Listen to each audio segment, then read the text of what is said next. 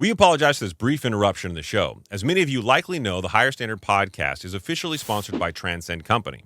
TRANSCEND has been my longtime provider for both testosterone and peptide therapies, but they offer so much more. Whether you're interested in health, wellness, or longevity, it all begins with you getting your blood work done. A lab draw will help you get the numbers and establish your baseline. You can go to transcendcompany.com/THSP. That's transcendcompany.com/THSP. Or you can click the link in the show notes on any streaming platform and on YouTube. Fill out your information and one of the representatives will contact you to get your journey started today. Now back to the show. Say that wasn't me. It might not have been. Under what context are we speaking, Sonny? Welcome back to the show, everyone. Buying a home for most people will be the largest purchase they will ever make. And even though we say do not look at your home as an investment, you should be looking at it as a utility for you and your family. The truth of the matter is a person's home becomes the largest source of their net worth over decades, at least historically speaking. Yeah, not in the last couple of years for sure. The unprecedented rise of home values in the last, call it 5 or 6 years, has really been shocking. And it's not normal. And a lot of people who live through both owning a home and aspiring to own a home, I don't think they really have an appreciation for how rare of an anomaly that type of home price appreciation is. Mm-hmm. Exactly. So, and our boy Christopher Nahibi was quoted in an article today that really inspired this segment of the show. And we thought maybe it'd be valuable to bring to the listeners here. And we want to get into the value of a home and what it's influenced by, the number of different things. Yeah. Also, full disclosure, I did not even remember giving this interview. When it came out, I was like, what? Yeah, it's good though. I had to go back and see it. I didn't read it. Yeah. I had to go back and see, like, oh, yeah, what? This is only a single quote. I think she cut out most of what I said. But so this came up because they were looking to somebody to kind of talk to them about a broker's price opinion, which we'll get into in a little bit. But it's obviously not what an appraised value is. But I went off on this, like, wider diatribe on, like, all the different sources and places that people find to look for their value in their home and what is and is not a good proxy for how much your home is worth. Right. So, and you and I talking today, we thought, okay, number one, it was either this or life insurance. Yeah, and I know you felt like that wouldn't reach enough people. That wasn't true. I didn't feel like it was. My subject matter expertise on insurance is not as deep as all the rest of this stuff. Mm-hmm. So I don't feel 100% comfortable talking about it without a little more prep time. That's okay. That's valid. Maybe we can get into it next week. But the reason why I thought it was so good because I know that you did get life insurance and you went through that experience. Oh, yeah. I've got a whole life. I've got term. I got both. Right? You got both. See? Yeah. And I felt like that would have been a valuable conversation to have because I think that's a topic that a lot of people maybe put off to the side and they should know that as time goes on, it just becomes more and more expensive for you. So it'd be more beneficial to get into it earlier. Yeah, well, and that was the reason why I did it. Plus, I mean, I knew my wife and I were going to have a son. We'd planned on it. We were kind of being thoughtful and pragmatic about it in advance. So I did it all ahead of time, knowing that I just wanted to set it up, have a bill come once a year. I think my bill comes in September or something like that, and just have it pay. Okay. So maybe that's a nice little teaser for episode 229. But for this episode, let's get into the some of the things that influence the value of homes. So this, I mean, will really impact you whether you're selling or maybe looking to refinance if you purchased recently and you're hoping that rates come down in 2025, right? You ain't coming down this year, Chief. Unless you live in Austin, in which case, you're welcome. Yeah, you're welcome. Or if you're even looking to buy, some of this will also impact you too. If you're even going to look at homes and things that you can look out for on, why is this home priced differently than the one down the street that I also just looked at? Okay, so let's have a broad conversation about home valuation. It's going to wind up being not as simple as you think. All right, so we're going to talk about the best ways for you to approximate the value of your home. We're going to talk about what your bank does to approximate the value of your home. And we're going to talk about some of the more refined guidelines that govern how an actual appraisal is done.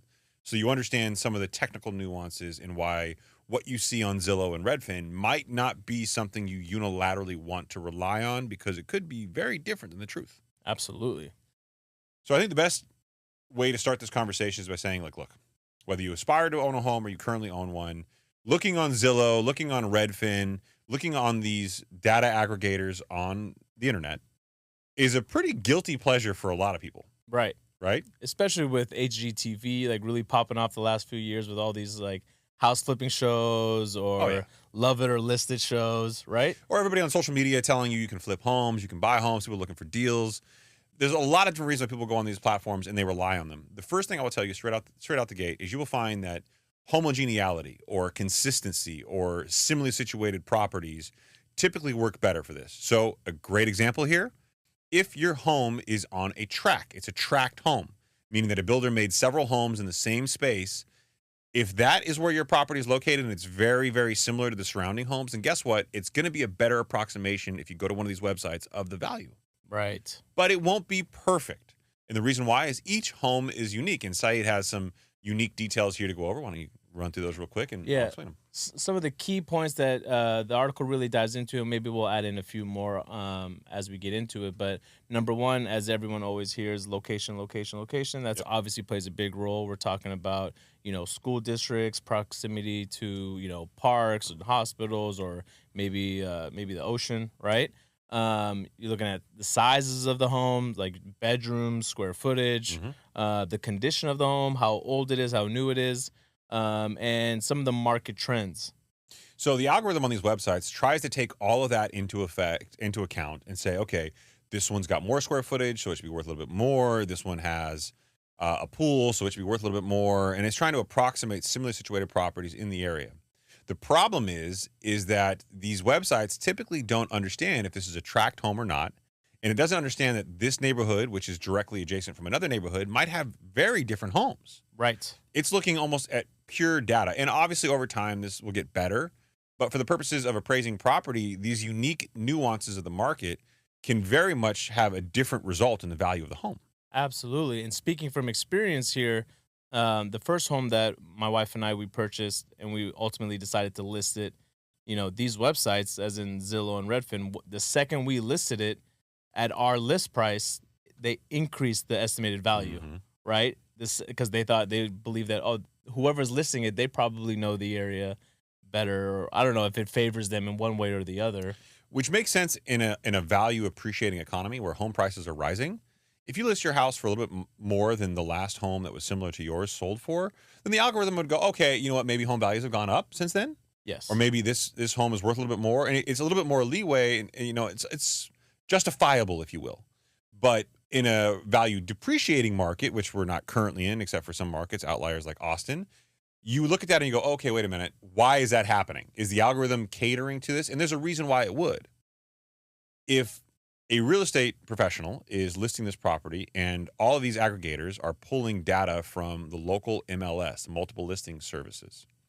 So by way of backstory, if you're a licensed member of a National Association of Realtors, right, you belong to a local MLS, a multiple listing system. And they basically, this is the real value of having a realtor, other than them giving you direction and guidance on buying a home, is they have access to MLS.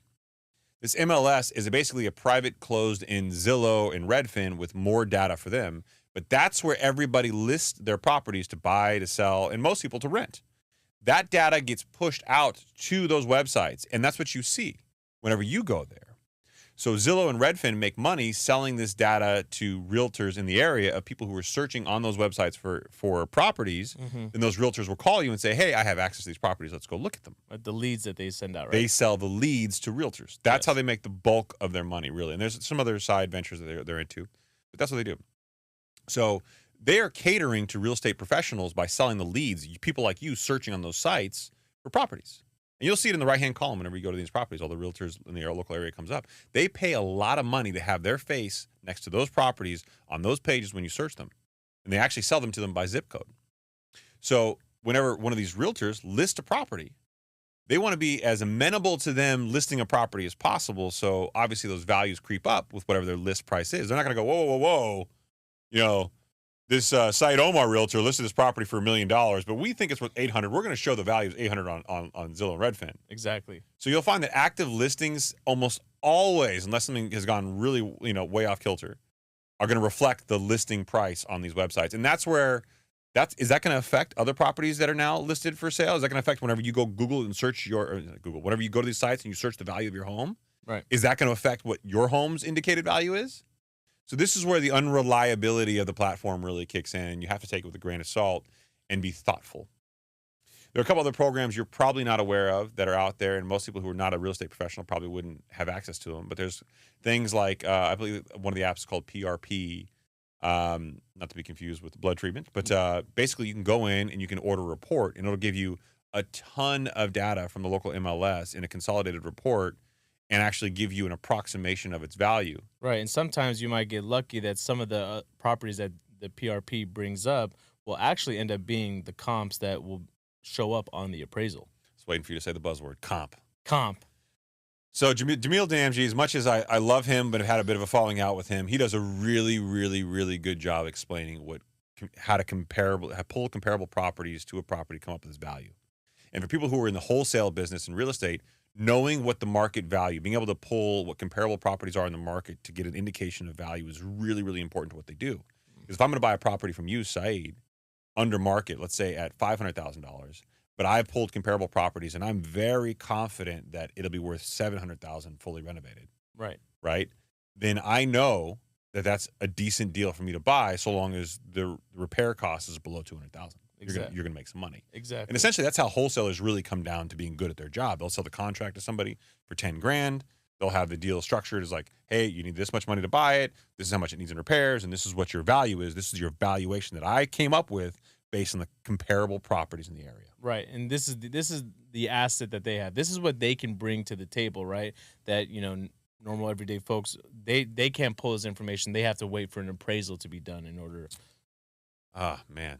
And how much are appraisals? Fire segue. Yeah, it was fire. But Yeah. how much do appraisals go if somebody wanted to even do this themselves? Like there's a reason why people don't just go and just get appraisals done, right? So you don't want to get an appraisal on your house and expect the bank to use it. And the reason why is the bank needs to hire their own neutral third-party appraiser who doesn't have any unfair bias towards the person ordering it. For example, if you're ordering it and you're paying them directly, then they know you, they may have a rapport with you, they might have a relationship. So because of that, most larger lenders like banks will use something called an AMC, but basically it's a third-party service who they reach out to and say, hey, I need an appraisal of Saeed's property here.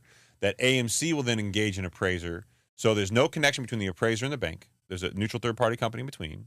There's no connection between you, the end client who's benefiting from the loan, and the bank and the appraiser. It's all independent.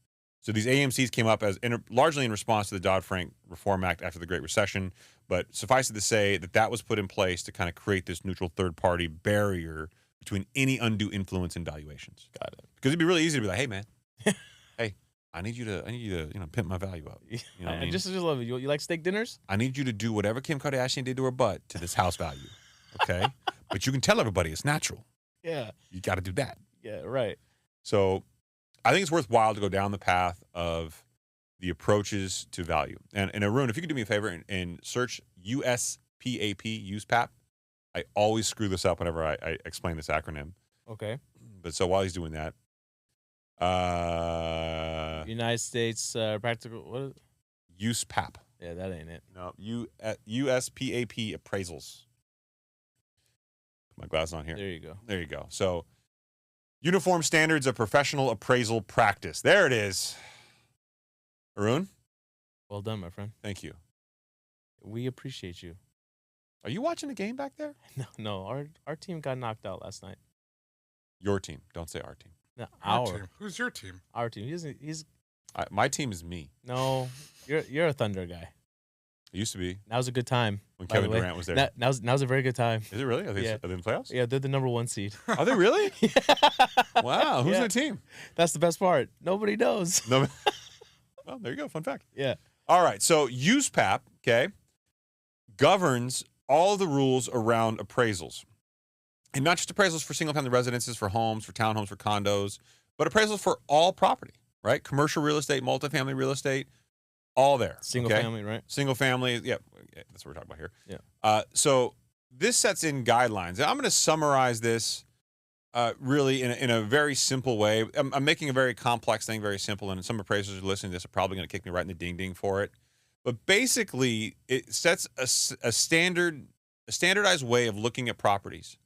But in order to become an appraiser, you actually have to take a number of tests, but you have to have an apprenticeship. You can't just go pass some tests and become one. I love this about this, by the way. I do too, and it's a lot of hours. I want to say it's like 2,000 hours. It's been a long time since I looked at the hours, but it's a lot of work to become this. And if you want to become something known as an MAI appraiser in order to do like commercial real estate, it's an even longer apprenticeship. Got it. And it's in that niche. It's in that specific niche. So if you're getting an appraiser, you're getting somebody who's done the work. Yeah, exactly. Right? And you have to fill in hours. It's similar to being a contractor in some ways, except for contractors, frankly, there's more loopholes than there are for appraisers. So the USPAP is basically no different. Also, it just made me think of this too, right? Even if you want to become a doctor, right, you got to go through residency. Yeah. You know what I mean? I feel like this is the right way. You know what's stunning to me? Lawyers don't have this requirement. That's what I was. Why? Why not? It's so stupid. I mean, there is a loophole around, right? Going to law school. Only for going to law school, but not actually for the practice of law. They're actually talking about getting rid of the bar in some circumstances, and I think this has actually got some benefit to keeping the bar and doing this as well.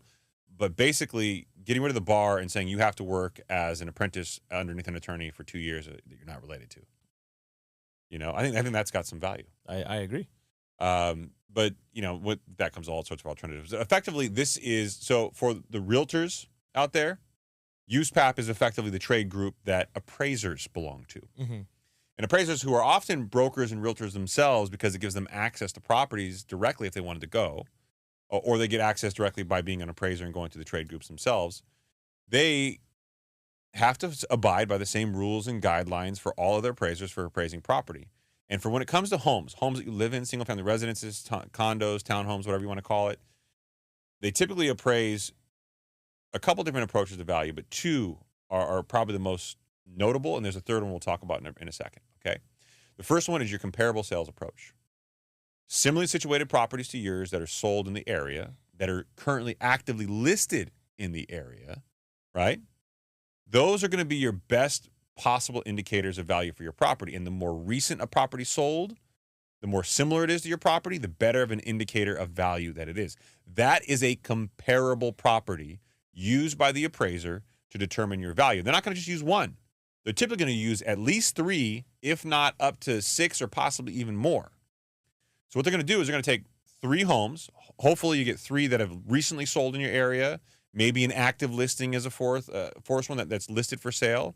You say, well, Chris, why do you want a listed home versus ones that have recently sold? Well, maybe the active listing is more similar to your property, but it hasn't sold yet, so you don't know if that value that it's listed for is actually what it's going to sell for. Right, and something like there could be some telling information. What if it's very similar to your property and it's now been sitting at the current price point that it's listed at, and it's been sitting on the market for 30 days, 45 days, 60 days, right? Now you can start to tell maybe there's some issues here with the listing price. And back to your previous point on if the home that you're living in or you're selling or listing or you're looking to buy is a tract home, right? The comparables are going to be pretty close and in line with your property. Because they're all built the same way. They all have the relative structure and size. And keep in mind, usually in tract homes, they have 1 or 2 different design aesthetics, maybe some builder upgrades. And by just kind of a general rule, I know you think like your remodeled kitchen is going to add a ton of value. It really doesn't for appraisal purposes. It might for listing the property and somebody's willingness to pay more for it. Now, things like having a pool or not having a pool, those make a big difference. Having more square footage and less square footage, those make a difference. Having more bedrooms, those make a difference. Make a difference, right. I actually went through this. So back to my previous example earlier, the first home that we had that we sold, my wife and I, we actually made some significant changes in the house that we thought should have given us more value, like right? What? Name some of them. Like we completely redid the backyard, right? I mean, we poured concrete. We had planters put in. Anyone that's redone the backyard, building planters is... Hardscape and landscape is wildly expensive on some circumstances. Built-in barbecue, right? And we also redid a lot of things in the kitchen, okay? But given that the home, by the time we were selling it, had only been, I think, 6 years old, the appraiser came in and said, it's a newer home. How much more could you have really increased the value? So and that's a fair statement. I know it's hard to hear that when you're the homeowner. It was a tough blow, yeah. Right? You're like, man, I was expecting, because I think they cut it like $30,000 from our list price. Yeah.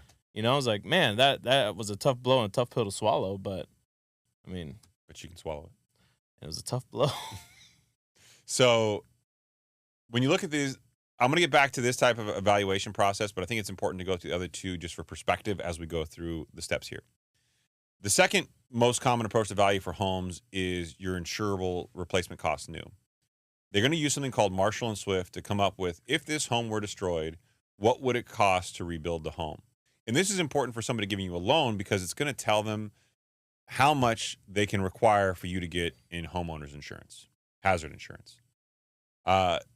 In states like California, not all states like this, but I believe the majority of them, and most banks underwrite this way, and lenders, they're going to make you get the lower of replacement cost new as determined by the appraiser or your loan amount. Mm-hmm. So in worst case event scenario, your home is totally destroyed. They can get covered for the loan they've given you, or you can rebuild the home to its current as is structure. Yes. But I've been noticing personally on some of the appraisals that I've been looking at, these Marshall and Swift insurable value numbers, they feel a little light. Because they are. Because at inflation kick in, right? And Marshall and Swift and these numbers are basically looking at, how much would lumber cost? How much would labor cost? These things have all gone up pretty dramatically in price in the last couple of years, and it's really difficult for that guide to keep a consistent cadence. Yes. So, and it's Marshall and Swift and replacement cost new is actually kind of a really, if you've seen the calculation for it in an appraisal, it's really based off square footage. It's not very detailed. No, it's not. Exactly. But, I mean, so to your point earlier, we talked about how an appraiser looks at, comparable sales, right? That's the sales approach or the market approach, right? The other approach to that is now also the income approach. And that's the third one that it's not really as relevant for. If you're buying a home to live in it, this will probably not be done. Right. If you're buying a home that's a rental property, this will probably be done. And one of the things I always tell people is if you're going to buy a home as a rental property, if you can ask your lender, if you've disclosed to them it's going to be rental property and you're not doing like, oh, I'm going to live there, wink, wink, nudge, nudge. Getting this, to me, has value because it tells you what similarly situated properties rent for in the area, and you'll know whether your planned rent for this property makes sense based on an appraiser's outside neutral third-party perspective. Now, it's not going to tell you what a vacation rental, does. Right. It's not going to tell you what, these seasonal rentals do. But if you want to rent out your property long-term, like I typically do, like I get it, I rent it out for a year or two at a time. Okay, it's going to tell you what your current market valuation is, so you don't have to guess that number. Exactly. Right? Yeah. Can you get a second opinion or a second appraisal? So, good question, and the answer is typically no if you're getting a loan from somebody, right? Unless there's a material deficiency, and most people will go, "Hey, man, my home's worth $1 million. Why does this say it's worth $450,000?"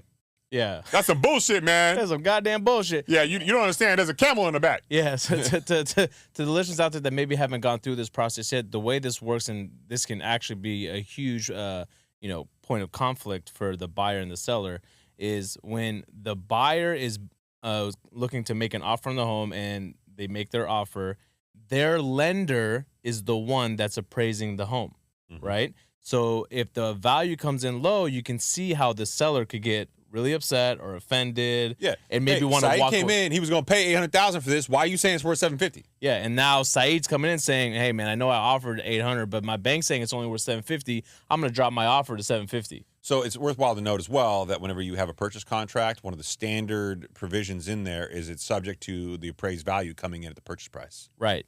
So which means if it doesn't come in at that, one or either side can blow up the deal because it was contingent upon that occurrence. Now, what typically happens in a market like this where supply is so limited is Saeed comes back to the table and is like, "Hey, man,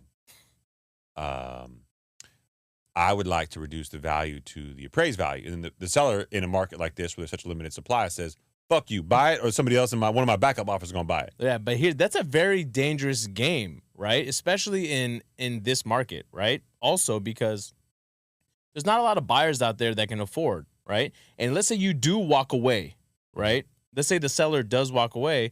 You're now playing this game where you got to, as a seller, explain to the next buyer why I had your property fall out of escrow, because that's a bad look. Exactly, and this is the. Oh God, I don't want to say it this way because it's going to sound. This is the intrinsic value that most realtors will tell you that they bring to the table. They're going to say, "Hey, look, I've gone through this 1,000,000 times. I can negotiate this for you. This is my skill set, baby. This is what I do. This is why you pay me." Yeah. There's always hiccups in real estate. I'm here to handle the hiccups. Okay, there I'm you gonna go. put you on my knee. I'm gonna burp you. Yeah, you're pulling out your Harvey Specter. Is that a Harvey Specter thing? Yeah. I don't know who that is. Who's that? What? Come on, man. Who's Harvey Specter? Odin? Of course he knows who it He is. knows who he is, No, bro. I don't know I've who that literally heard you steal lines and act like I don't know who that is. I don't know who this is. He's the main actor on that show, Suits. I never saw the show. Come on, I dog. never once saw the show.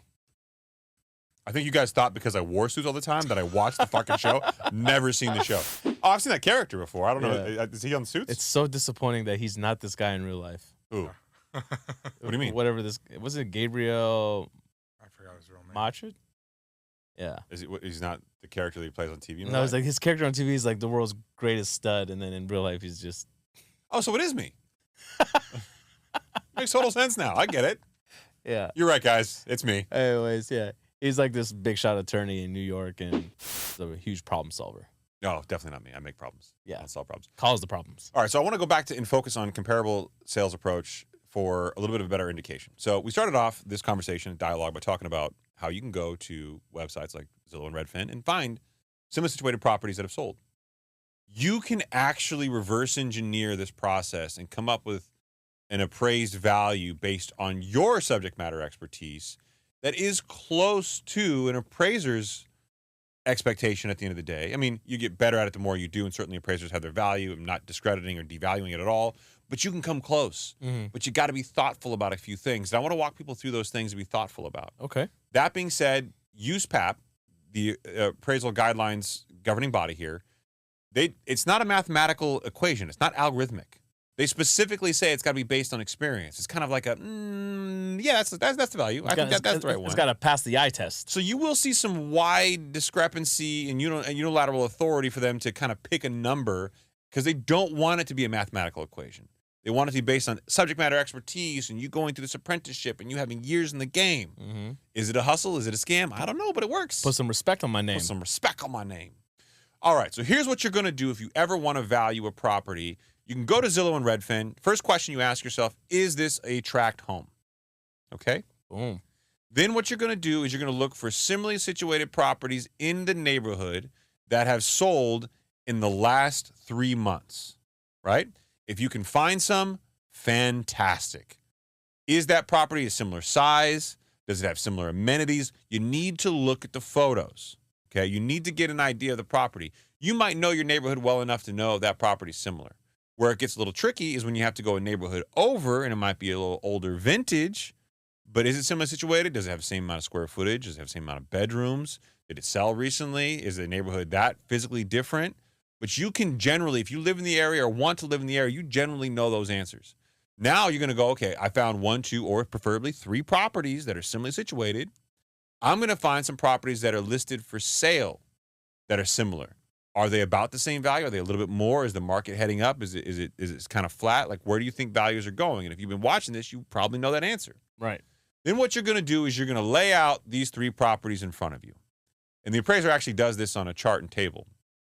He's going to give the biggest focus and weighting on the properties that sold in the last 3 months because those are executed, closed transactions, right? You're going to remove anything that looks like an outlier. So if a value is like $100,000 lower than everybody else, you're going to remove that. You might not know. There might have been some rehab necessary. There might have been some damage to the property. You want to find 3 that are very similar in price, very similar in structure, and then those are going to be your starting 3. What you're going to then do is look at things like square footage. If it's got less square footage than your property does, then you have to increase the value a little bit to compensate for it. This is what I tell. I had some cousins, some family friends too, that were looking to maybe get into the market and buy, right? And I was like, really, are you sure about that? But they said, yeah, this is what they want to do. I'm like, okay. And they really didn't know like how to compare some of these properties. And something that I try to tell people all the time is if you're looking at 2 different properties and you can't really tell like why one's being valued more, let's go and look at the price per square foot. Price per square foot is certainly an indicator. That's not going to be listed at the very top. You're going to have to, scroll down and dig in, and it'll be on here. Or you can just divide the sold value, right? The last sell price, divide by the number of square footage, right? And that's going to be exactly how much you increase that property's value to match yours. So if your home is 5,000 square feet, this home is 4,800 square feet, you're going to take that listed sold home, right? You're going to divide that number by the number of square footage, and you're going to get $1 per square foot. And you're going to add 200 square foot more of value onto that property to bring it up to the similar value that you think your home is going to be worth. Right. That's how you comp, right? If yours has a pool and they don't, then you can add about 40, 45,000, for example, for the pool onto the value. This day and age is getting a little weird because people don't want pools anymore. It's like a coin flip, right? It's a coin flip whether there's value add or not. So it may be kind of meh. And if you don't know why, it's because, that's an added maintenance expense for you monthly. And it takes away from square footage of the backyard. You can't run and play as freely as you want to. We all know that Arun loves the backyard. Yeah, you gotta be worried about kids, obviously, if you have your little ones running around. Yeah. Yeah. I mean, I can't even afford a backyard, so you guys tell me from experience what that's like. It's nice. It must be nice, yeah. So disingenuous, man. It's true. I do not have a backyard. That is a fact. How many backyards do you have in Oklahoma? That's not relevant. That's what we're doing. That's not That's relevant. what we're doing. Well played. Yeah.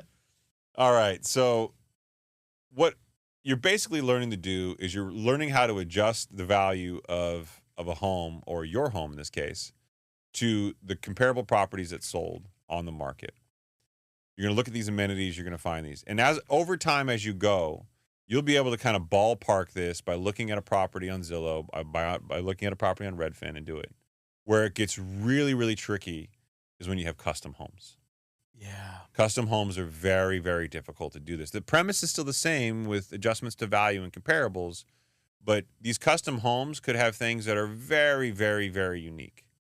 Can you define custom homes? Like So, what? Yeah, go ahead. Give me If some you built examples. a home in Texas and you built it to your specifications on a large tract of land, but you threw in things like a barn that's been converted to a gym, you've got a giant garage for your cars.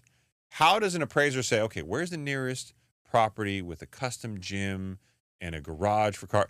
And then is that valuable to everybody? Dude, it doesn't even have to be like a custom home in Texas. Like, I've seen and read and heard about people like not getting the value add for turning their garage into a garage gym, right? And then because sometimes it's like shit is like built into the walls, and You will never get value for that. you'll never get the Never get right value. value for that. And I mean, you'd have to look for a specific type of buyer to want to come and buy your property that would really appreciate that. Well, you're not going to get value for that because the intended purpose is a garage. You're going to get appraised as a garage. Doesn't really matter what you do to a garage. The only exceptions to that rule is if your garage is legally and permitted converted into something else, and that so rarely actually happens like that. Yeah, like you mean turn into like a bedroom or something, but that's so hard to do. It's very well in super like dense areas. There's some localities, like municipalities that allow it, Right. but it's rare. Like Long Beach has some rules around that, Yeah. but it's not very common. Yeah. But lately I've been seeing, you know what, we've been seeing a lot of permitted additional dwelling units, ADUs. In California, they loosened the rules up on that to solve for the housing affordability crisis, and unfortunately, it kind of really benefits investors, developers a lot more because you're not really seeing a whole cadence in flooding there. But I think over time, it might have its value add. Yeah. I'm a big fan of that rule, loosening up the standards so you can do that You like loosening up standards? every chance I get. Yeah, especially when you can make money doing it. Yeah. You know what I mean? So I think it's very valuable to add a dwelling somebody could live in, To dock in? to stay there for a long time, Right. not to move around. To not come in and out, but Just stay there. to stay there. Yeah. Well done, sir. I don't understand the joke. Can you explain it to me? I don't neither do I. So I started doing this thing a while back, and we're going to talk about it. But first, welcome to the #1 financial literacy podcast in the world. Wow, hacking up a hairball back there, Arun? You okay? Yep. These guys You dying. dying? I was going to call out today, but was afraid of the boss. Call out for what? What? He called out a real work though. Yeah. For what? I have a sore throat. Why the You fuck am son I of a getting this bitch. 32 Why the minutes fuck into are the you show? here? You piece of shit. Why Hey, didn't you just we were call all out? we were all on our best behavior for the first 30 minutes. Can we loosen up now? 32 minutes into the show, you're going to tell me you've got syphilis? Yeah, that's what happens when you lick my face. First of all, we all know it wasn't just your face. Yeah. Okay? I was trying to be PG. Second of all, seriously, dude, like, why don't you say something? Because I'm feeling better now?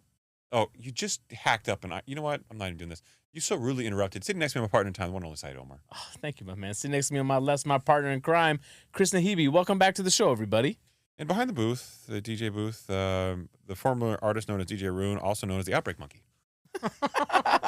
Patient zero. Yeah. The reason why next show will be delayed. Yeah, what's up, man? What's going on? What do you got back there? I have no idea, dude. I was going to sleep last night and I started having a sore throat and then woke up this morning with a headache and I was like, you know what? I'm just going to call out. This is his way of So I called out. of explaining why he's been not very responsive. So Hey, just, no. Come on. I've noticed that you actually respond whenever Saeed messages. So I'm Oh, led to God. believe that you've got me on mute and Saeed not on mute. That's impossible. You And can't every do time that. Saeed responds, you're like, shit, it's important. That's impossible. It's not impossible. I've done it to you. Yeah. Can't do it in a group chat. How do you know? Have you Look, tried? I sent a picture, you and I was tried? like, wow, looks so pretty. And then... Oh, boy. Here we go. Yeah. If you're listening to this show on Apple or Spotify, please head over and leave us an honest 5-star review. It really does a lot for the show, and it means a lot to us. If you're watching us over on YouTube, please make sure you subscribe, ring that notification bell, hit that like button. Let's make sure this gets out to as many people as possible. Do all the moist, goody-good sassafras. Sooner or later, we have to add another one to that. You know that, right? I'm waiting for you. I'm ready. I've been juggling. I've been thinking of a really fucked up word to add. I gotta find the right one. Fuck, I'll throw it in. It's gonna have to be something like amorphous or something like that. It's just like impossible to add. It's SAT vocabulary. Yeah. I gotta come in strong. All right. So that one new thing I've been doing is I've been looking every single week at the upcoming data for the week. This week being the week of April 29th. We're recording this on Tuesday the 30th, and Something's going on this week. there's a little bit of stuff going on this week. But there's a theme to all that's going on. Really? Yeah. What's the theme? Jobs Oh, or lack thereof. yeah. Or, I mean, an abundance of. It's confusing. I don't know. Yeah, what do they want us to believe? I don't know what's going on in the Matrix. Right. But we'll talk a little bit about this. But I thought it was valuable. Then somebody, Sarah, reached out to me, different Sarah, not the same one, and she said, "Hey, I really liked your quick breakdown of all the things that are happening." So basically, I listed every single day of the week, and I said what I thought were key things. Now, does not include all the companies that are reporting earnings. I just thought, hey, what are the important things, just summarized really briefly, that are happening this week that I'm going to look out and pay attention to? Yes. You know, That look we out do for for the show all the time. all the time, because we're ingratiated. We have to be. And I got a bone to pick with all y'all out there in listener land. All y'all. Yeah, Look at all you y'all, with okay? the y'all. Okay. I know you guys aren't this person because you listen to the show, but we've all seen some asshole get in the comments saying like, "If y'all knew this about that and this about the economy, you would really know this about that." And I'm like, Okay, listen, asshole. Fucking messaging on a 30-second clip. Why don't you do yourselves a favor? Watch the whole show and then critique it. clearly y'all don't know about supercore inflation. And I'm just like, Supercore. what? Yeah. Come on. And I love how people look at that 30-second clip and like, well, you didn't say that in the clip. I'm like, I'm sorry. I didn't realize I was supposed to give you 2 hours of content in 30 seconds. Right. Sorry, those are me off the burner account. Right. Those are off the burner. He's just Bro, we know your burner accounts are all food related. Such a, that's a Kawhi laugh. Is that a sore throat laugh? What That was a Kawhi laugh. That's very awkward for all of us. Okay. So my notable data this week started off with Monday. We had absolutely nothing of value, so nothing happened. Monday sucked. Monday was great because I didn't have to pay attention to the screen. Tuesday, however, today, consumer confidence came out. We will get into that. And the S&P Case-Shiller Home Price Index came out. That was also a big nil. Nothing really sexy happened So there. what are those two? Oh, consumer confidence basically tells you how the consumers feel about the economy, right? And where it's headed. And where it's headed. This particular report suggested that consumers thought it's headed in a bad direction. Why does that matter? Well, because it's indicative of where consumer discretionary spending will go, how much we're all spending. We're not going to spend as much if we're feeling very bad about the economy. Right. If we're feeling very nervous about what's going on economically, you're going to start to pull back on a lot of things. Right. If consumers are out there and reports are showing that, they have a negative outlook on the future, you can, take that and see that how it will influence future behavior, and future behavior might impact ultimately demand, right? Yeah. Demand. Without affordability. Affordability is not Demand. demand. Wednesday, tomorrow, okay, May 1st, big day of nothing happening. Unfortunately, the Fed's going to hold rates again. We're just going to call that a foregone conclusion. Oh, we should have been celebrating right now. God. What, rate cuts? Yeah. Bruh, don't do that. We needed this. Again, the greatest analogy I've ever put together for this was the Fed is basically the hot girl who says, look, I'm going to have sex with you, but you're going to have to work for it. Yeah. I need you to show me you're willing to go there. Yeah. The distance. And I need to know over a prolonged period of time that you're going to be committed. Right. So I need you to go to church with me. I need you to meet my family. I need you to spend lots of money on me. And then just when you think that you might get it, It might not be supported by the data. Right. Exactly. At which time I reserve the right to say, I'm just not ready to do it yet. I need to see a little more. Yeah. That's exactly what it is. That's exactly what it is. That's a great analogy. Thank you. Well done. Most of my analogies go back to sex. Sex sells. Also coming out tomorrow, JOLTS, which is the job report or one of the many job reports that the Fed looks at. Job opening labor turnover survey. Yeah, with JOLTS. It's the best sounding name for report. We hate this one. It's also, but it is a jobs report. We do hate this report. It is dog shit for a number of reasons, but second only to the ADP employment and construction spending numbers that are coming out. Construction spending, I think, is a good proxy for housing. But again, Case-Shiller Home Price Index came out today, which was kind of a non-event, was probably a better proxy for what I think the real estate industry is. But ADP employment, always wrong. Always wrong, but favoring more, what the type of data that the Fed would like to see, but then the jobs numbers that gets reported by the Bureau of Labor and Statistics, BLS Yeah. on I think it's the first Friday of every month. Look at you. Who are you now? I mean, You're like a machine. I have to be on top of my game. Those numbers are reporting something completely different. So, I don't know, last month the ADP, I think numbers were favoring. They were a little more realistic in my mind. Yeah. Yeah, but the fact that they're completely different from each other. I know. Is like, wait, I don't understand. Shouldn't y'all be talking first? Yeah, so the private sector is hurting way more than the public sector. I don't really understand what's going on. Oh, because the government spending, it's kind of propping up the economy, which is a significant portion of GDP. But that's for a different show and a different time. Right now, moving on Thursday, kids. Thursday, the jobless claims. This one is a good teller of what's going to happen, in the economy, because this shows initial jobless claims. So if people who are filing for unemployment, this gets updated in real time. Yeah. So if this number actually starts to pick up pretty rapidly week over week, it gets reported weekly, right? Yep. Then wait, some shit's going down. And Friday, to cap off the shit's going down theme, April jobs report and consumer credit. Well, I think you'll have a good indication what the April jobs report will look like based on the jobless claims, the ADP employment, and some of the stuff you've seen throughout this week. I'm not expecting anything shocking in that report, but consumer credit should be interesting because we have seen a faster cadence of defaults in the consumer space. You've got unprecedented combined household debt. So it would be interesting to see how those numbers turn, because if people are still employed and jobless claims aren't rising significantly, then in theory, consumer credit should continue to hold up. But if it's moving the other way, all this economic strain is coming home to roost. Right. So I know a lot of this is a lot to take in if this is all very much new to you, okay? But what we're trying to get at here is these are the data points that need to start going in the direction that the Fed is hoping for, not just for 1 month, but consecutively, month over month, for them to, in their own words, continue to build confidence that inflation is headed in the right direction so that they can ultimately cut rates. That would mean that your monthly credit card payment, minimum payments will come down. That will mean that hopefully, I know there's two sides to this, that the 10-year will come down too when they decide to cut rates, and mortgage rates will start to dip down again if you're on the sideline looking to buy a home. I don't think mortgage rates can dip down. I know a lot of people don't, but I'm not in that camp. But there is a camp that believes that if the Fed starts to cut rates, that I know what is a 30-year fixed mortgage rate right now? It's in the 7s, dude. That was a segue. You missed it. Is it?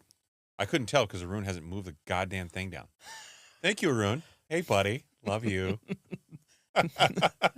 Are we segueing to insult him now? Is that what we're doing? I'm setting him up. He set you up for the insult. Yeah. Hey, that was him, dog. That wasn't me, bro. He's a back guy. Fell asleep behind the wheel. I caught his ass. I was like, look, man, I can't see where we're going next. I know, dude. I don't memorize this shit. I know the way he works. Where he's like, man, these guys are flowing right now. I'm good. I'm just let him chilling. go. Yeah, these guys are good. I'm putting it on camera one. Fuck that. I'm looking at the clock saying it's at 42, and we still haven't hit our Current events. This guy's. By the way, I have not put the pop culture links in the show notes because I'm just out of space on the show notes. So I'm not trying to be disrespectful to say your shit doesn't matter back there, because it does. I like it. It's valuable. It's just we don't have room for it. Oh no. Yeah, dude. Our show notes is It's an encyclopedic. It's legit. It's deep. Yeah. All right. I just can't not do it. It was there. Consumer confidence hits its lowest level since July of 2022. This from Yahoo Finance. And in case you haven't noticed, I haven't given you the script of the show because the weekly reporting was actually the logical process for what we're going to do today. nice. Those are all your topics, kids. Consumer confidence fell sharply in April as inflation worries and a downbeat outlook on the job market pushed optimism to its lowest level since 2022. And that right there should tell you that you should see jobs going the other way if consumer confidence is here, right? It should. right? If everyone's saying like, damn it, everyone around me is getting laid off, and there's wars going on, like I don't feel comfortable spending. If they're feeling like their confidence is dropping to the lowest level since July of 2022, but they're still employed, that's a weird thing. Right. So if confidence is if it's at an all-time, or not all-time low, sorry, the lowest level it's been in since 2022, right? That should tell you that we'd been saying for the longest time that March Fed meeting, that was the one that everyone had circled on their calendars, that they were hoping for Fed, rate cuts to begin happening. Oops. Yeah. Right. So the second that didn't happen, look what's going on now.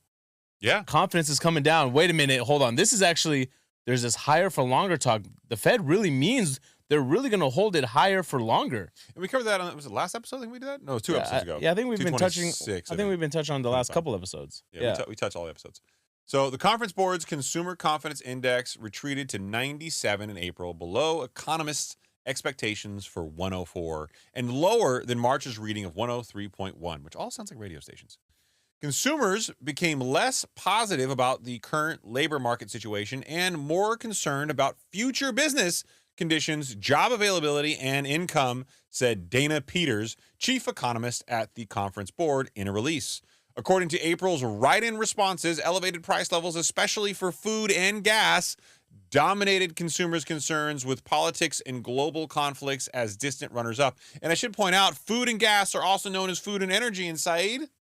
They're very volatile, and they're not included in core inflation. For exactly that reason. Now, this isn't going to play into the inflation fears for Fed reporting purposes, but it is certainly indicative of the fact that inflation, while slowing its cadence, is still values going up, and people are freaking out. But this is good, though, right? This is one of the things that if even though the Fed isn't going to rely on this data, they want to see that consumer confidence is coming down. Yeah, 100%. And because that means they won't go out and spend as much. because let's look at the macro economy's perspective on these things for a period of time here, shall we? Going down the trip down memory lane, Jerome Powell would waddle out, get his iPad out, and he would say, "Hey, America, we're going to hold rates for a long, long time." Yeah. And America was like, "Fuck you, no, you're not. I don't believe you. Nope, you're a liar, bitch." Yeah. And then the market was basically betting on him cutting rates way before. Mm-hmm. Then, March. then guess what?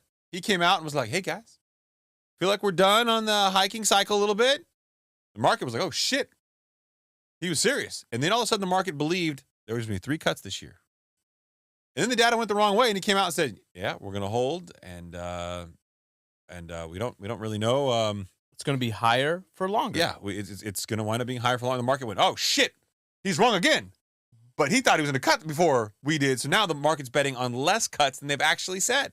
Exactly. Possibly no cuts in 2024. That would be tragic. It is a statistical probability now, and I'm stuttering all night tonight. That wasn't that way before. So certainly we've seen a paradigm shift in the experts and the people who contribute to these opinions in the market. And by the market, I mean Wall Street.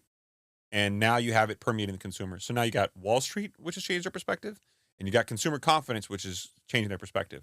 Yeah, and if you're like one of us and you really want to geek out on data like this, right? That rating of 97, anything above 100, that's why you'll see this dotted line coming across the 100 right there. Anything above 100 means that, consumer confidence is being a little bit more optimistic. Anything under 100 means they're dropping below. Pessimistic. Yeah, pessimistic. I am always impressed with the girth of your knowledge. All the girth. All the girth, yeah. The nickname back in the day was Girth Brooks. Yeah. Mostly booty, though, right? Yeah. Yeah, not anywhere else. Shall we move on to Lance? No, you know what? This is probably a better segue. So I'm going to segue myself. Let's talk about the U.S. economic growth, right? It's slower than expected in first quarter. GDP, we're growing a little slower cadence. And I'm going to read this to you, but I also want you to keep in some perspective here. You just had consumer confidence, which came in low. I told you that Wall Street's already starting to get a little bearish, a little concerned with where the market's going and saying, hey, we might not have a rate cut at all. Well, U.S. economy grew at a slower pace than expected in the first quarter. The Bureau of Economic Analysis's advanced estimate of first quarter U.S. gross domestic product, or GDP, showed the economy grew at an annualized pace of 1.6% during the period. Economists surveyed by Bloomberg estimated the U.S. economy grew at an annualized pace of 2.5% during the period. The reading came in significantly lower than fourth quarter GDP, which was revised up to 3.4%. The softer than expected print is a sign that the Federal Reserve's historic interest rate hikes are putting pressure on consumers and the economy. Investors have began closely watching economic data releases for clues on when the central bank will begin to lower rates. Right. So there you go. This is part of the reason why the consumer feels the way they do, right? The economy is, in fact, slowing, and everybody out there whose consumer confidence is going down is saying, hey, we feel this. Right. We feel this in a palpable way, so we are not optimistic. We are bearish on the economy. And even before then, you had the stock market and Wall Street kind of feeling that way. Now, I will point out, when you look at this chart that Arun so lovingly brought up, you had 2 quarters of negative GDP growth. When you see here, starting Q1 of 2022, going to Q2 of 2022, this is where we have said historically that is when the recession started. Right, because by the old definition, that was a recession. That is still the definition. 2 successive quarters, negative successive quarters of GDP growth. That's not what Kamala says. Yeah, Kamala's a liar. Kamala Liar Harris. It's actually her middle name. But if you look here, this is the lowest GDP has been, frankly, going all the way back to Q1 of 2021. And certainly since it went negative in Q1 and Q2 of 2022, this is the lowest positive reading we've had. I think there is a world, if you see enough strain in the economy, where you might see it go negative again. Yeah, I mean that is the projection, right? I mean, I'm not a believer in this soft landing. I think that we're ultimately going to wind up in a place where we are going to see a contraction because it's very hard for the Fed to pull off a soft landing, right? A soft landing meaning that we don't fall into a recession. That's what people say, right? Now, the Fed's projection, I believe, at the last Fed meeting, the one where they released their summary of economic projections, they predicted that by the end of the year, we will have experienced a GDP growth of 2.1% for the full year. So Q1, 1.9, what is that, 1.9 or 1.6? I can't see that. 1.6. 1.6%, already below, right? That And is so weird that I can read something that you can't. yeah, it's a little blurry. I think it has to do because there's colors on the screen. Oh, you're colorblind. Shit. Yeah. Oh, I'm so sorry. It's okay. Yeah. But so this is another data point definitely headed in the right direction. 3.4% in Q4 of 2023. I mean, that's ridiculous, man. With everything that the Fed had been doing up until then, there's no rhyme or reason why we should have been experiencing that much growth. That's a lot of growth for people that are uninitiated, right? Like, we should not have been experiencing that much growth with the Fed raising rates 11 times and hitting, a 22-year high. Yep. No, totally agree. Right? Yeah. So I think for Q2's numbers will be indicative enough for the Fed to be like, I think we really need to consider starting to cut rates. Otherwise, there's going to be a hard landing, not a soft landing. Everyone's going to get hardies around here. Hey, I'm trying to let you go. Go off, King. I'm risen right now. You go. You're doing your thing. I'm letting you do it. No. Whatever you did before this was got pre-workout in it. What's going on? I wish. Yeah. I got to get back on the pre-workout. I miss it. I cut myself off. I'm Why? off. Why would you do that to yourself? Because it wasn't really having an effect on me anymore. What? Yeah. What pre-workout are you taking? Which one was I taking? I was taking some Optimum Nutrition one. Oh yeah, not very stim. I would switch. Try Legion. Legion's pretty good. Legion. Oh yeah. Okay. Legion's pretty good. I would try them. Give you some nice NO2 pumps in there. Get your pumpies going. Or wait, didn't you recently get something from somebody? Yeah, Kevin Papa at Kevin Papa. So did you try it? I saw you posted on the stories. Yeah, it was iced tea lemonade or lemonade iced tea. Was it branched chain amino acids? Or so first of all, it's good. I used it yesterday. I didn't work out today. What is it? It's pre-workout? What is it? It's pre-workout. Okay. It's his own supplement company. I think it's Papa Sup, something like that. I'll tag him again I'll tag him actually in the show notes, right? Damn, what's up, Papa? You ain't got love for your boy? What's going on? Well, no, he attacked me on a post. That's how we met. It's like he was trying to come at me all angry and shit. And then, we worked it out and, now we're BFFs and, and he sent me some subs and I tried it. It was fantastic. But I will say, so I don't want you guys out there listening to judge me. Okay, I'm gonna share some personal shit. You are? Yeah. Okay, we accept care packages. So I'm on SS31, which is like MOTS-C. It's peptide. Go to transcendcompany.com/THSP. get hooked up, right? And it's supposed to be really good for cognitive ability. It's supposed to be really good for energy levels, and that's why I can kind of function at the high level that I function at, right?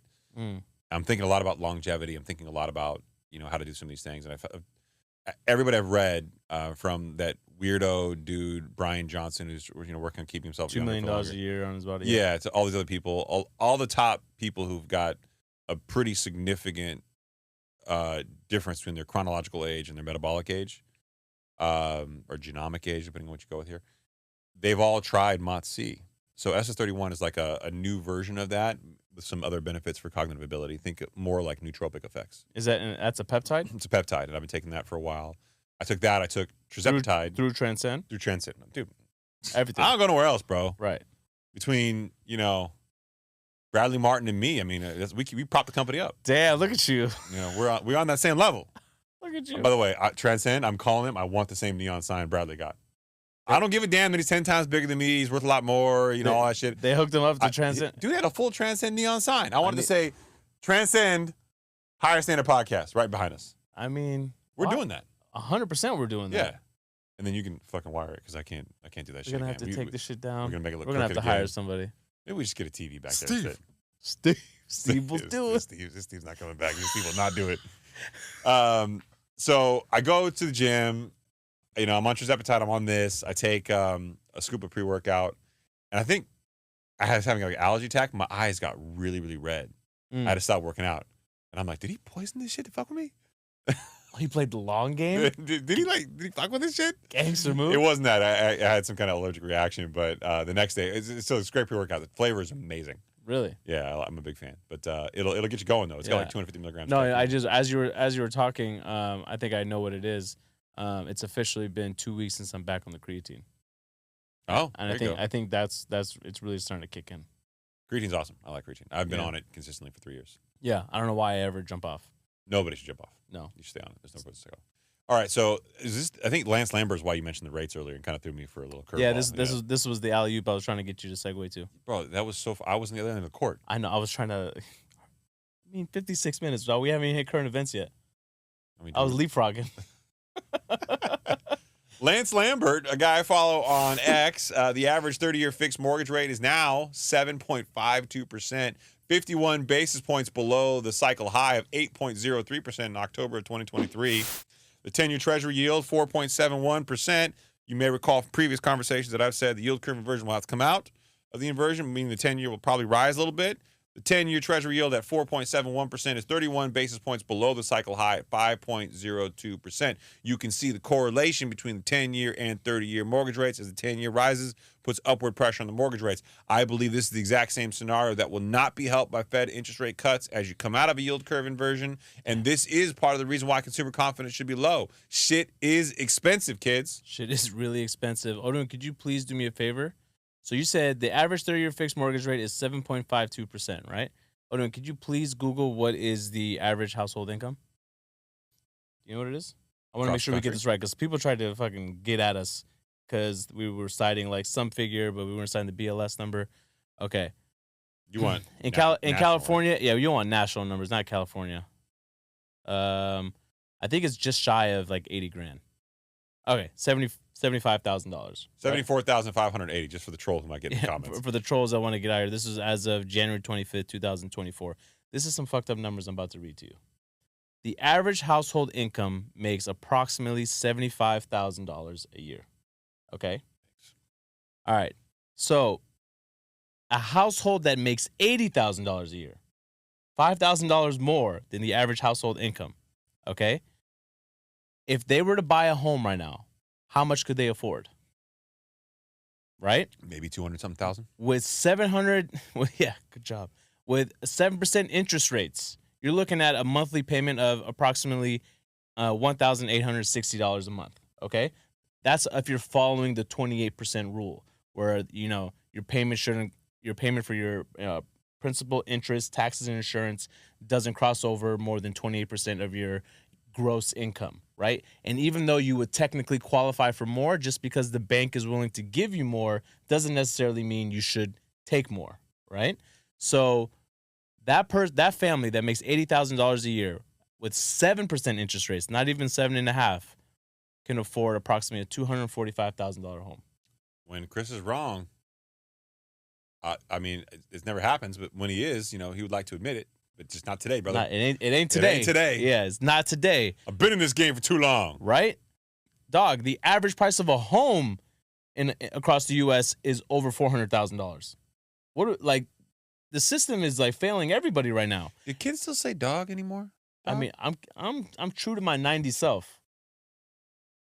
90s kid. Okay. What about you? Not a 90s kid.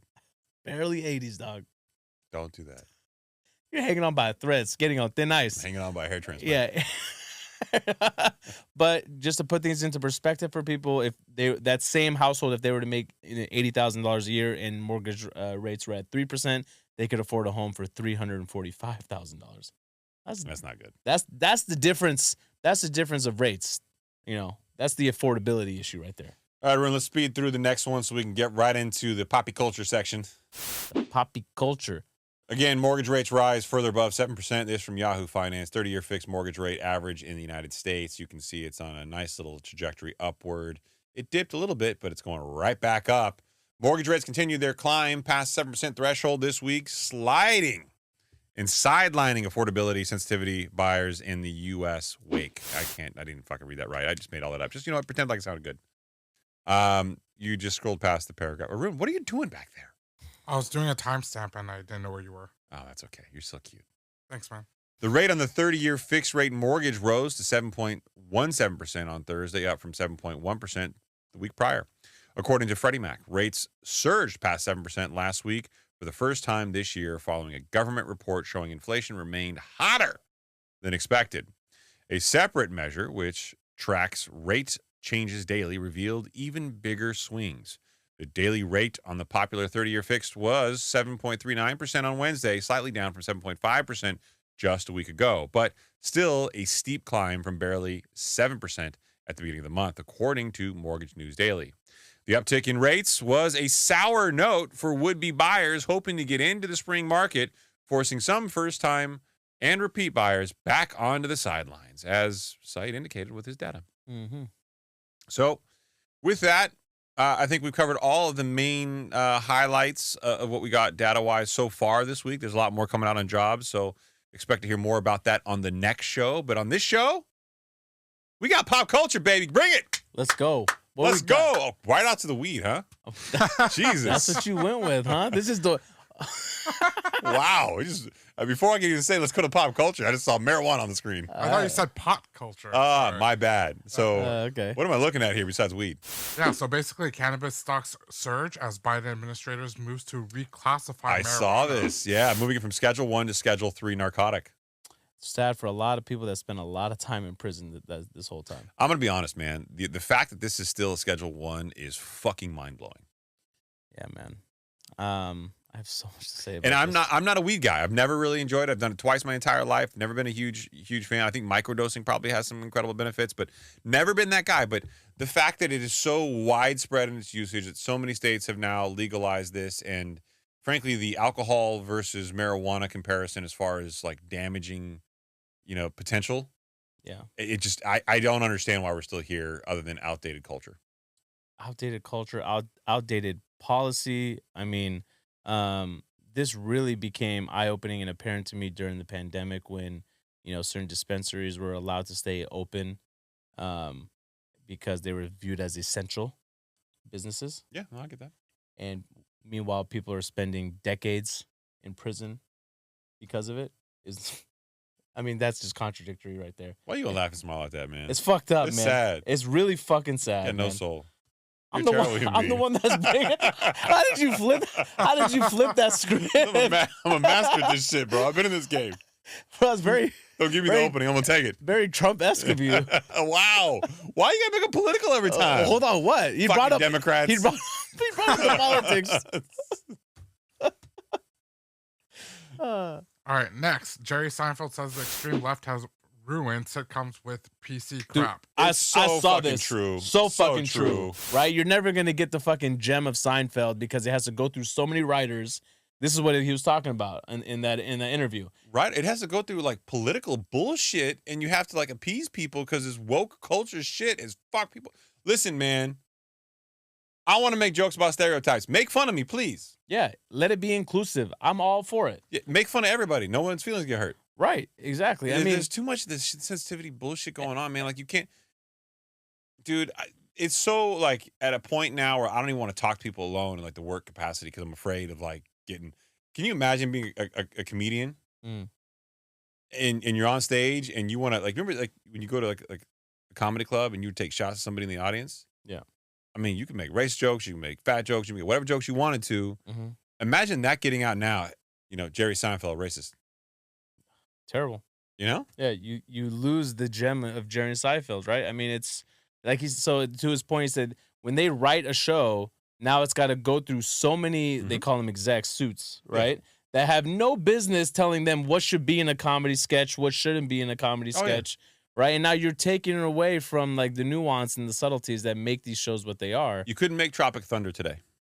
Oh my god, you couldn't do that. There's so many movies you couldn't make today. Right? Although, 40-Year-Old Virgin can't do that one. Yeah, can't do that. Remember when they're playing video games? That was so good, bro. 40-Year-Old Virgin. There was so much racist, like the Indian dude Best. and the black guy when they're fighting each other. Oh, like, they're fighting. It's all about love. Yeah, that was racist as shit. Yeah, can't do that anymore. Can't do it. You can't do The Hangover anymore, I don't think. Why? Which scene? I think all the whole premise. When was the last time you saw a movie like The Hangover? And who did The Hangover? What was the director's name? No idea. He's the same one who moved on from comedy because he said he couldn't do it anymore. It's Todd Phillips. So Todd Phillips did The Joker. Oh, he did? Yeah, he did The Joker. The most recent one with Joaquin Phoenix? Yeah. I think it's him, right? Damn, what a big damn, that's talent. You could do a comedy like that. But he said he couldn't do comedy anymore because it's Joker. There you go. See, he said he couldn't do comedy anymore. Like he did Due Date with Jamie Foxx. So he did all these comedies. Like he did Old School. Dude, Road Trip with what was his name? Yeah, you can't all these movies that he came doing. He literally said I can't do comedies anymore. This is a man. That's my favorite. Road Trip, great movie. You can't make that movie. You cannot make that movie anymore. Remember when he goes to the frat house? Oh yeah, dude. Yeah. Can't do that. I mean, can you tell me that scene again? I don't remember. I don't remember that scene. Yeah, but he made a ton of these, and you can't do it anymore. And so he's on to the Joker. That's how extreme it's gotten for him. That's how extreme. By the way, I was really, really late to watching the Joker. It's good, right? Oh, you finally watched it? I watched it. Man, fuck you. Now you're just fucking with me. Both of you are fucking with me. No, I watched this. No, this was like over a year ago, I think. Back when I told you to watch Loki for the first time, I know. And I know it was way late. Man, I was so blown away that I had to watch it again a second time. That's good. It was the acting in that movie was. Rumors are the second one's pretty good too. It should be. I mean, Joaquin is a wild boy. You're gonna like the next one, Saeed? Am I? Kendrick Lamar is Drake's biggest hater and proud of it. I can't even tell. Why are all these people coming after Drake? I can't. Well, this was the original beef, right? I can't. There was an original? I can't even get into the biggest thing that Kendrick said. He basically said that Drake, you're not one of us. Like he's like he told Drake that you're not black enough to be using that word. Oh, the N word. Yeah. Oh. That was the because Drake's half like Jewish white, right? Yeah, but his dad's black. So I don't know. I don't really get it. I don't get it. Why I gotta attack his race like that? Come on. That's what he identifies as. As a mixed child myself, I can tell you that it's very confusing. What do you mean? Y'all wouldn't understand. Okay. Because you're not really part of either side. I guess with him, you could say like I look like one culture or not, maybe. So like for me, I look mostly like Iranian. Was there ever a point in your time where you like wished you could, be 100% one way versus the other? I don't know that I wish one way or the other, but I'll never forget, like, growing up, a lot of Iranians didn't think I was Iranian. And then a lot of white people were like, hey, like, he's not not white. Iranian enough, or you're just not Iranian? No, they just thought I wasn't that. Oh. Like, they were shocked that I spoke Farsi or that, I was involved in those conversations.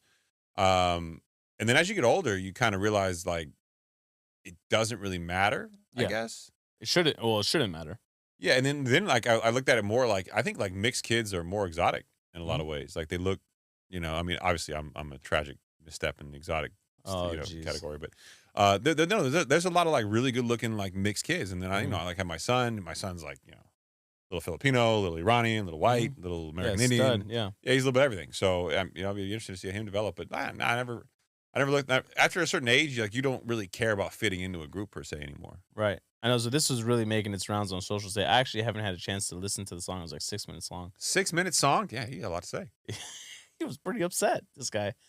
But I just want it to be over. Leave my boy Drizzy alone. Oh, that's right, because you do that L.A. impersonation thing. You go out as Drake. Right. Baby Drake.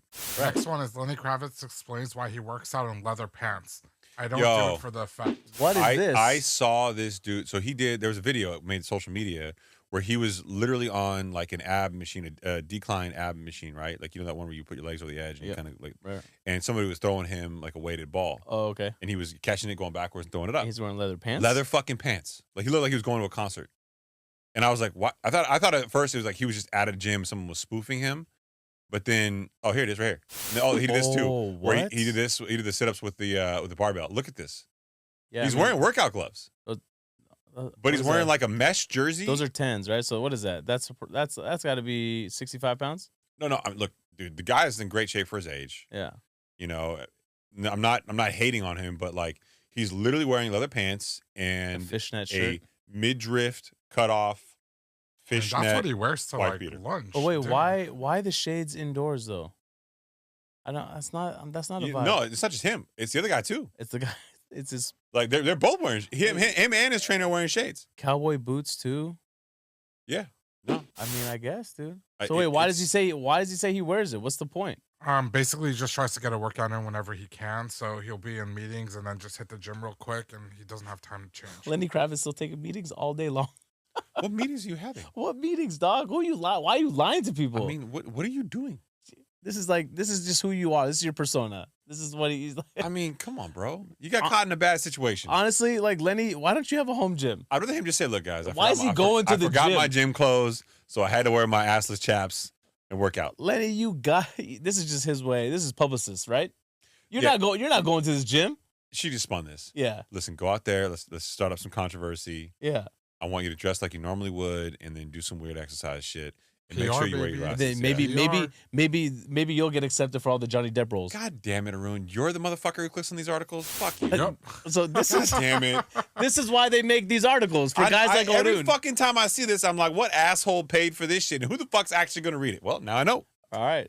So I quit my dream job, 32 years old, and spent $34,000 to travel the world. Here are my 4 biggest regrets. Quitting your job. And let me tell you, you can buy my course. Wait, hold on. Also, you quit your dream job. Dream job. You got your dream. I dreamt about this shit, and I quit it. Honestly, I've wanted this my whole life. I got it, and now I'm quitting. All right, let's read this number 1 through 4. This ought to be great. Oh, wait, does it say what her dream job was? I need to know. Taxidermy. Dream video producer job at CNBC. Okay, so you just got a job, and then you try to make it your dream. Maybe it was a nightmare. I don't know. Come on, Number dog. 1. Roll it up there, Arun. I worried about money so much I missed out on once-in-a-lifetime experiences. So I wished I were still in Buenos Aires celebrating Argentina's World Cup victory in the streets with my friends. Okay, so you have no assets. And you're poor. Number 2, I spent a lot of my life savings delaying other goals. Like what? The $34,000 I spent on my sabbatical, it's not a sabbatical, bitch, you're crazy, was a significant portion of my life savings. Now at 34, I have very little saved for retirement.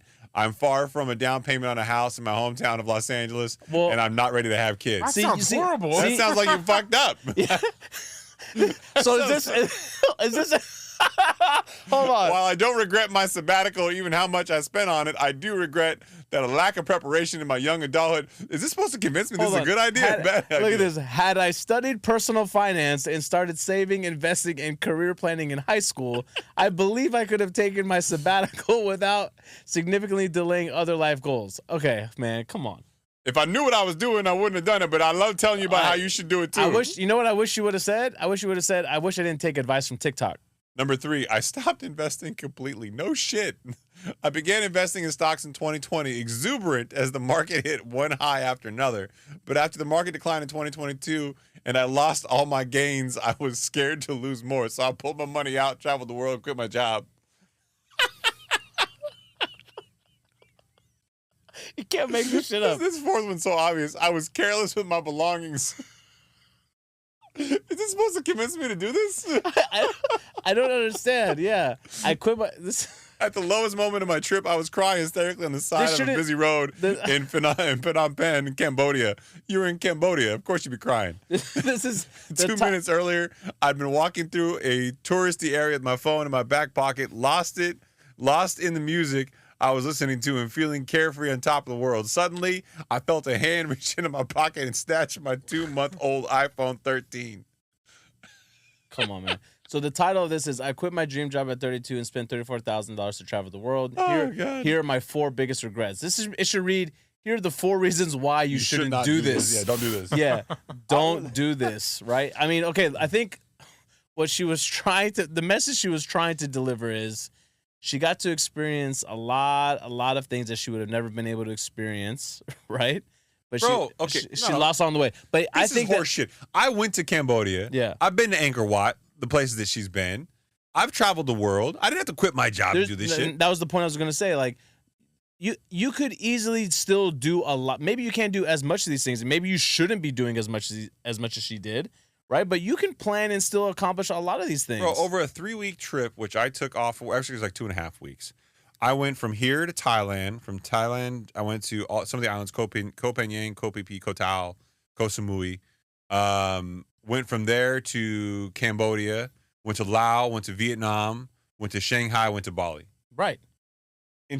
Granted, you're there for like a short period of time, but I knew what I liked, and you just go back to. So you go back to the place like Vietnam if you like it so much. You know what I mean? Right. And talk about someone that's just not grateful for their dream job. You're telling me this year. I have a friend. I have a high school teammate. Okay, that I haven't been in contact with. We lost contact over the years, but he is an assistant coach on the Phoenix Suns. Okay, he was working under Frank Vogel for the Lakers not too long ago. Okay, I can tell you that was his dream job, and I can tell you he didn't care if he had to miss a couple years of vacations just to secure that job. He didn't get paid jack shit. He started off as a video coordinator, and he worked his ass hard, and worked his way up to get that job. Yeah. Look, so I mean, there's something to say about being grateful and appreciative of the opportunity. Like, and you're just gonna blow that so you could do what? I don't understand. So you can write an article about it. What are you? I'm just shocked. 34,000. Like, how do you spend 34,000 traveling the world? Come on, like, okay, if you were gonna die and you wanted to do this just to experience life before you die, that's one thing. But this, I mean, you got a life to live now. She would argue you're already dead, Said. I don't know. I feel alive laughing at her ass, right? All right, and number 4 was I was careless with my belongings. We covered that. I read it. Yeah, he read it. Number 4. What are you doing back there? Did. All right. And the last one, Selena Gomez says quitting Instagram for 4 years felt like the most rewarding gift. Is she back on Instagram? She is back on Instagram. She had her team run her Instagram account. So basically, she wasn't on it. She wasn't on it. She would have her social media team. She's her pretty marketing gangster. team. I'm not gonna lie. I don't get the hype. She seems like a nice girl and everything. I just don't get the hype. So apparently, my wife put me on this. Sure. No, I swear. It's when they're having tea, Chris. Come on. That's right. When we're having tea, I got so many people telling me like, "Thank you so much for doing that. We need that message being spread more." I'm glad to know that all the people I pay to do that to you, they're doing it. Yeah. I'm trying to encourage you. So apparently, there was a point in time. I don't know how long ago it was, but like Bieber was reaching out to her, trying to get back with her before he got married to Baldwin's daughter. What's her name? I don't know her name. Haley Baldwin. Right? Bieber. Yeah, Bieber called her and like she didn't answer, right? And she released a track, so almost like a diss track, right? And she just let it ring and ring and ring. She released a song called "Ring," just completely trashing Bieber for like trying to get back with her. I'm not gonna lie, bro. I look at Justin Bieber. I think that kid's not okay. I mean, but he don't look all right, man. Your boys with Will, right? Something ain't right there. No, Will Smith's kid. I mean, also with Will. Will was pimping him pretty hard. Justin Bieber? Yeah. Jaden was seen kissing him like on the cheek, like during Coachella. I saw that, but I bet you did see that. Wait, hold on, you kissed me on the cheek. So who are you to talk? I'm Middle Eastern, bro. What do you mean? Oh, now how convenient. I can pick and choose just like Drake can, bro. If he can say the N-word, I can kiss you in the mouth. Okay. Point well taken. I chose. This is the culture. Yeah. Do it for the culture. Do it for the culture. Yeah. But this is the pass we get. But the reason I asked or I brought this article up, would you guys be happier in life if you guys were not on social media? Yes. Yes. I was very, very happy when I wasn't on social media for 12 years. You know, it's hard being a celebrity. Dude, it takes so much time to curate and post and to build like traction and to do all these things. And I hope that I feel like all these efforts had value at the end of the day, but I can't tell you that like I feel like it's rewarding. People don't understand, like when you post, it's not like you post on Instagram, you post to TikTok, you post to YouTube, post to Threads, you know? And you can see why people ultimately eventually hire somebody to do this for them, right? Oh, if I were Selena Gomez, I would hire somebody to do it too. And I would never read the comments. Yeah. What blows me away is you can get a video with like yours, right? 1.5 million views. And there's like 4 people in the comments section causing all this disruption. Mm-hmm. And you look at it and you're like, okay, statistically speaking, you're obviously in the minority. You're probably wrong if there's only 4 of you calling somebody out for it. And I don't, maybe it's because we're in the finance space and like people are so just introspective about their money, but it's a really difficult thing to constantly be challenged. And I do bring some of this on by calling people out like gurus and shit like that. But the whole point of us doing this is we wanted to teach people financial literacy. And when you have people who are actively working against financial literacy by giving people disinformation to sensationalize doing the wrong thing, it's just, you have to call them out. Like we've got a moral obligation to say, hey, look, like what they're telling you to do is selling you a dream instead of selling you the actual function of how you get there. Right. I know it's late in the show. Late. Did we even want to touch on some of these comments under that video that we were talking about? Mr. Thank You? Yeah. So I looked at those comments. So we did a video about Mr. Thank You, and we did inadvertently cross, I guess, an American guy who sells a course who's also known as Mr. Thank You. But that was at the tail end of the segment. We were still talking. The photos that you brought up were all the original Mr. Thank You, like this Russian guy who goes around. The one that we money. got asked a question about, that we were saying that this guy. What was the segment called? I can't remember what we. No, thank you, Mr. Thank You. Yeah, that was the name of the video, but we said like trash or. Oh yeah, trash or cash. Yeah, trash or cash. That's what we were calling it, right? We said that he's trash. Don't buy into the shtick. And that's true. We found fake money in the stuff that he was doing and all this other stuff, right? This American version of Mr. Thank You reached out and said, hey, this is me. I'm a different person. Because we pulled up his LinkedIn. We pulled up his LinkedIn because we were searching for content on this Mr. Thank You to see what we could find. And I didn't say this to him, but I said, look, we'll issue a retraction if it's true. Then I thought, dude, you sell a course. You're in this space. This is clearly bringing you attention. You've done nothing that I can visibly see to differentiate yourself from this person. And if you would have said not the guy on social media, if you would have done something to clearly, so you're ringing in on the cachet of this guy doing outrageous and ostentatious things like handing out fake money. Mm-hmm. And then what do we get? We're getting spammed with clearly bot accounts by Mr. Thank You to try to redeem his reputation on our YouTube. For reference point, this video that we did for everyone out there, this is just an example of what some of these guys will go back and do. They're constantly searching their name for videos that are coming out about them, and they want to go flood the comments section, right? To just, for anyone that comes across it, maybe will feel like, that this guy's actually a good guy. So this video came out 3 months ago, and out of nowhere, we started getting spam hit with a bunch of comments that were clearly bot. Some examples. Mr. Thank You. Why are these guys trying to tear down your gifts? What's another one? Thank you, Mr. Welcome to Tanzania. Thank you, Mr. You were good for the people. And everything is like misspelled or grammatically incorrect. Yeah. And you're like, what's going on here? Clearly, Nigerian is your first language. Yeah, you know exactly. I mean? Mr. Thank You, emojis. I need your help, Mr. Thank You. I'm from Ghana. I'm like, what's going on, man? Right? So... Mr. Thank You is still trash, in my opinion. Yeah, still trash. Yeah. Well, Arun? Yeah? Are we done? Yes, sir. Said? You got anything else? I got all the things else. What else? Just want to say I love you guys, man. Really? Yeah. Why is that? Just appreciate you both, that's all. It's very kind of you, man. I'm going to want something later. That's usually what that means. I'm buttering you up. Butter? Butter. Butter. You got so happy. All right, good night, everybody. Goodbye. I hate it. Every time. I do it just horrible. I hate it so fucking much. I hate the sassafras shit.